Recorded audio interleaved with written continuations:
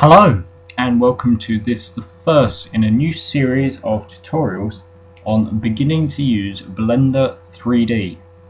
Now first I'm going to go through a bit of what Blender 3D is. Blender is a free piece of software that you can use for 3D animation, compositing, non-linear editing, game development.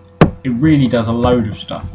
And to get it, all you have to do is go to www.blender.org. You click the button that says download Blender, and you can see at the moment we have got Blender version 2.62. You find your operating system and what your bit is, and then you download and run Blender. Okay, so once you've done that, you open up Blender and you get a screen that looks something like this. As you can see, I'm using the latest version of Blender as the video was made. And just to get started, I'm going to click anywhere on the screen to dismiss that pop-up. And the first thing you notice about Blender is there's a lot going on. We've got this big window in the middle, which has like a grid and some funny stuff, some arrows and kinds of things. And all these buttons and windows. We've got these numbers down here. We've got more stuff going on over this side of the screen. Before we get into all that later on in the tutorials, what we need to do is set up Blender so it works with us. And to do that, we need to set our user preferences. And there's a few ways you can bring up the user preferences window. The first way is to go to the File menu and find where it says User Preferences. And that brings up your preferences window. Just going to close that for the moment. The next way is to use the shortcuts, which is Control, Alt and U, and that does exactly the same thing. And the third way is to see this little icon at the bottom left hand corner of your 3D view or any other window. You can click that and find where it says User Preferences, and you can click, and that converts that window into User Preferences. Now I'm just going to leave mine as the default. I'm going to go Control, Alt and U, bring up the preferences. Okay, so we start on this window called Editing.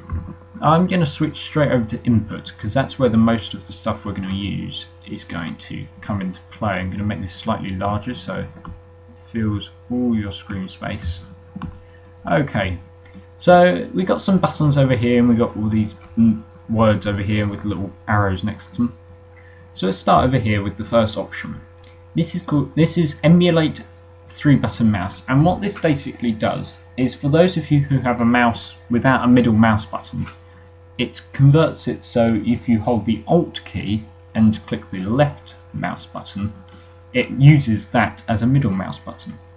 So if you don't have a middle mouse button, then this is a preference you'd want to set up before you start. As it is, I do have a middle mouse button, but I like to keep that ticked anyway because sometimes I'm in the habit of using the Alt key. The next one we can look at is Select With. And in Blender, which is a bit different from other operating systems, you actually select objects with the right mouse button. But if you're not used to that or you don't like it, you can simply just click here and set your preference to be the left mouse button. But you notice if you do that, you lose the option to emulate your 3-button mouse. I prefer just to leave it on right mouse button. I'm not going to go through all of these, but if you want to find out what something does, just simply hover over it and you get a little tooltip that will tell you what these things do. So as you saw just there, this is the speed that you need to click in for it to be counted as a double click. This next option is one I particularly use, so I'm going to tick that.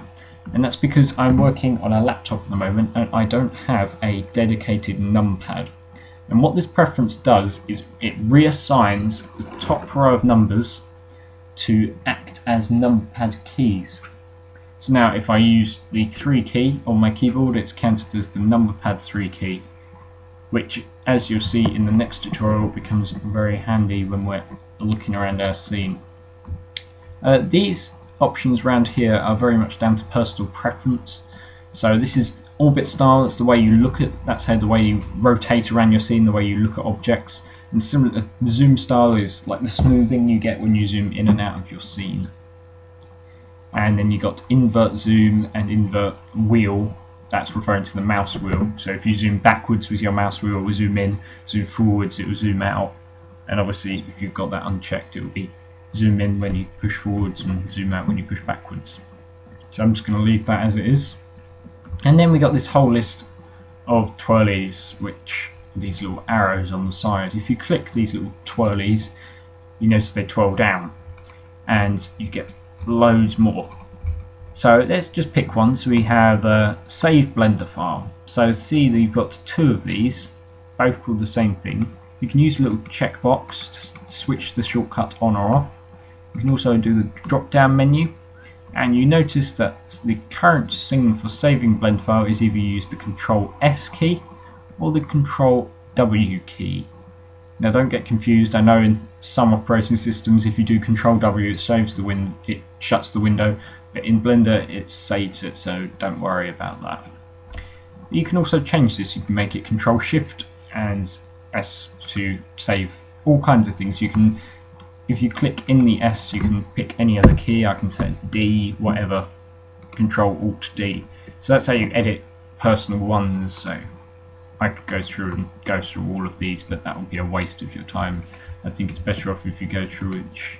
And if you're not happy with the way something looks, say I changed grease pencil to be button 5, but then later on I decide I don't want that, I can literally click this little restore button and it goes back to normal. Okay, so we've got some more preferences that I'm going to go through. Start off with interface. We've got the display options. We have tooltips on and we have Python tooltips on. And that's basically this little bit of information that pops up when you hover over an item. So if I switch tooltips off, then you notice now if I hover over, it doesn't do anything. So if those tooltips get in your way, feel free just to switch them off. And you notice at the bottom of the tooltips, when I hover over an item, you've got this little grayed out piece of text which says Python : user preferences view.show _ tooltips. And that's for Python programmers if they want to find out what the variable's called when they're coding Blender. So you can quite easily just click uncheck show Python tooltips, and then it doesn't display. I'm going to leave mine on for now just in case I need it another time.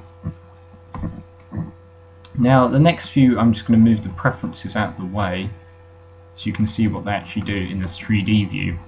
The first one is object info, and this basically is this little piece of text down here which tells you a bit about the object. So you notice it's in the brackets you've got the frame number. So if you've worked in video before, you notice everything's used in frames. So you see at the moment we're on frame number 1, and you see the name of the object, which is cube. So we can tick that off if we want. You notice that little bit of text disappears. We've also got large cursors. That's pretty self-explanatory. View name, that's this little piece of text up here which tells you what you're viewing from. So at the moment I'm at user persp, which means user perspective.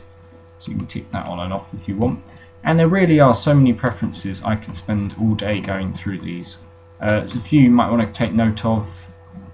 So editing, you can do duplicate. If you want to duplicate an object, you can select which data to duplicate with. You can change the way Blender looks with the presets. So I can pick this one, which is a much darker theme, and back to black, which is again even darker than that. And you can just go through all of these. And file, this is a big one, so I'll go through this one with you. This is basically when Blender loads up, it picks a load of file folders and imports them into the blend file. So if you had a load of sounds you want to be included in a project, you go to sounds and you click the little folder icon and you can select a folder where you got your sounds stored in. And then when Blender loads, oops, I've just dismissed my preferences. When Blender loads, it will load up all those sounds. And you've got those for scripts, everything. And system, I recommend you don't touch this tab just because it's about rendering and you don't want to mess anything up. And once you've done with your preferences, just to make sure Blender remembers them for next time you go in, just go to this button Save as Default, or you can do the shortcut Control and U, which is what I'm going to push right now. And it says, do you want to save your settings? I click OK, Save User Settings, and then now this has become the default settings. Now I actually don't like this theme, so what I'm going to do is to reset back to my original settings and go load factory settings, and we're back to normal. And I can just click on any of the things I want, so I'm going to click those two inputs on and save, and that's my preferences set up. Okay, I hope you found this tutorial useful. If you want to find out more, head on to pearson-productions.co.uk.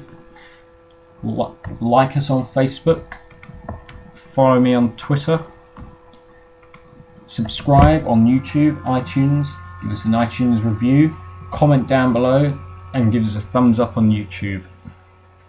Thank you very much for watching, and I'll see you in the next tutorial.